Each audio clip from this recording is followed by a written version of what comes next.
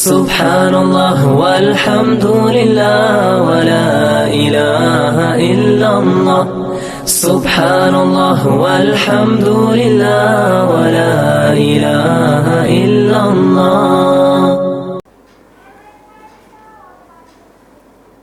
چنانچہ ابھی آیت گزری وَمَن يُهَاجِرْ فِي سَبِيلِ اللَّهِ يَجِدْ فِي الْأَرْضِ مُرَاغَمًا كَثِيرًا وَسَعًا، جو شخص اللہ کی راہ میں ہجرت کرے گا وہ پائے گا زمین میں جگہ بہت اور کشائش۔ مراغم زمین کو کہتے ہیں، کثیرہ بہت زمین پائے گا۔ ظاہری برکتیں بھی ہیں ہجرت کی اور باطنی برکتیں بھی ہیں۔ دنیا میں بھی اچھا ٹھکانہ دیتے ہیں اللہ تعالیٰ اور آخرت میں بھی اللہ اچھا ٹھکانہ دیتے ہیں مہاجر کو۔ چنانچہ تجربہ شاہد ہے، تاریخ شاہد ہے کہ جو بھی اللہ کے لیے ہجرت کر کے نکلا اللہ نے اس کو دنیا آخرت کی تمام عزتوں سے مالا مال کیا۔ حضرت ابراہیم علیہ السلام پر جب عرصہ حیات تنگ ہوا تو اپنے عراقی وطن کو چھوڑ کر ملک شام گئے تو اللہ نے یہ سب چیزیں ان کو نصیب فرمائی، دنیا آخرت کی کامیابیاں۔ موسیٰ علیہ السلام پر جب زمین تنگ ہوئی مصر کی تو آپ نکل کر حضرت شعیب علیہ السلام کی طرف آئے اور پھر ملک شام میں رہے۔ ملک شام بھی اللہ تبارک و تعالیٰ نے وہاں بھی ان کو نوازا، پھر مصر کو بھی عزت کے ساتھ لوٹایا۔ حضرت یوسف علیہ السلام کو دیکھ لو مصر میں کیسے نوازا۔ اخیر میں حضرت محمد مصطفیٰ صلی اللہ علیہ وسلم اور آپ کے صحابہ کو مکہ چھوڑ کر ہجرت کرنے پر اللہ نے کتنا نوازا۔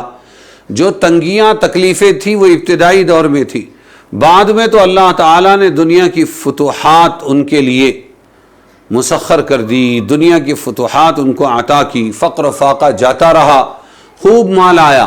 لیکن یہ الگ بات ہے کہ صحابہ ایسے اثر پروف ہو گئے تھے دنیا سے کہ انہوں نے دنیا کو دل میں داخل ہونے نہیں دیا اور انہوں نے اپنے فقر و فاقہ والی زندگی ہی کو اپنایا، سٹائل اپنی زندگی کا نہیں بدلا۔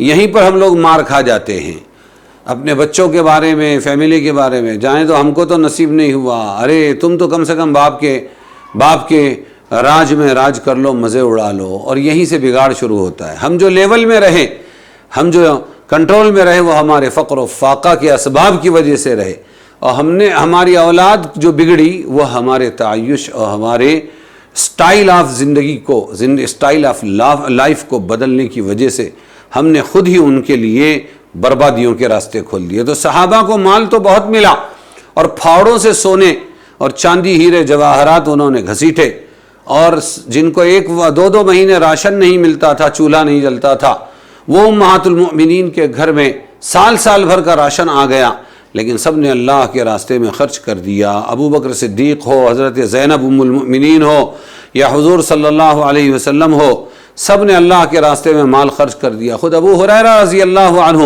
جو بکریوں کے چرواہے تھے، اپنا ماضی پکچرائز کر کے وہ سامنے لاتے تھے اور اپنے آپ کو مخاطب کرتے تھے اور یوں کہتے تھے، جب ایک صوبے کے وہ والی بنائے گئے، بڑے لطف کے ساتھ اپنا نقشہ کھینچ کر کہتے تھے اپنے نفس کو، اے ابو ہریرہ تو وہی ہے نا کہ فلانے قبیلے کی مکہ میں بکریاں چرایا کرتا تھا اور تیری تنخواہ صرف پیٹ بھر کے کھانا ملتا تھا، یہ تیری تنخواہ تھی، اور تیری ڈیوٹی یہ تھی کہ جب وہ قبیلے والے سفر پر جائیں تو پیدل ان کے ساتھ چلے، اور جب وہ کسی منزل پر پڑاؤ ڈالے تو ان کے لیے تو جلانے کی لکڑیاں، صحرائے عرب میں جہاں درخت اگتے ہی نہیں ہیں تو لکڑیاں کہاں سے ملے گی، مشکل کام، تو لکڑیاں جمع کر کے ان کے لیے لائے۔ یہ تیرا ماضی تھا، اور اے ابو ہریرہ آج تیرا حال یہ ہے کہ آج اسلام کی بدولت تو کہاں سے کہاں پہنچ گیا، تجھ کو لوگ امام کہتے ہیں، امیر المؤمنین فی الحدیث کہتے ہیں۔ حالات بدل گئے، ہجرت کی برکتیں سامنے آئی، تو ہجرت میں بڑی برکت ہے، اللہ نوازتا ہے۔ خلاصہ یہ کہ اللہ تعالیٰ نے جو وعدہ مہاجرین سے کیا تو دنیا نے اس کو پورا ہوتے ہوئے اپنی آنکھوں سے دیکھا۔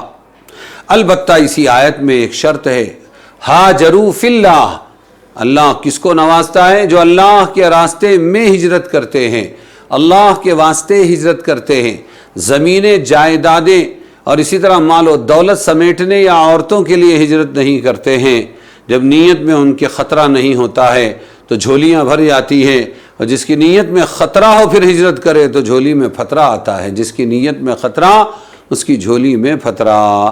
پھر عورت کے لیے کیا تو عورت تو مل جاتی ہے لیکن اس کی برکتیں نہیں ملتی ہجرت کی، مال کے لیے مال کیا تو مال مل جاتا ہے، زمینیں مل جاتی، لیکن ہجرت کی برکتوں سے وہ محروم ہو جاتا ہے۔ اس لیے نیت خالص کرو اور اللہ کے لیے ہجرت کیا کرو۔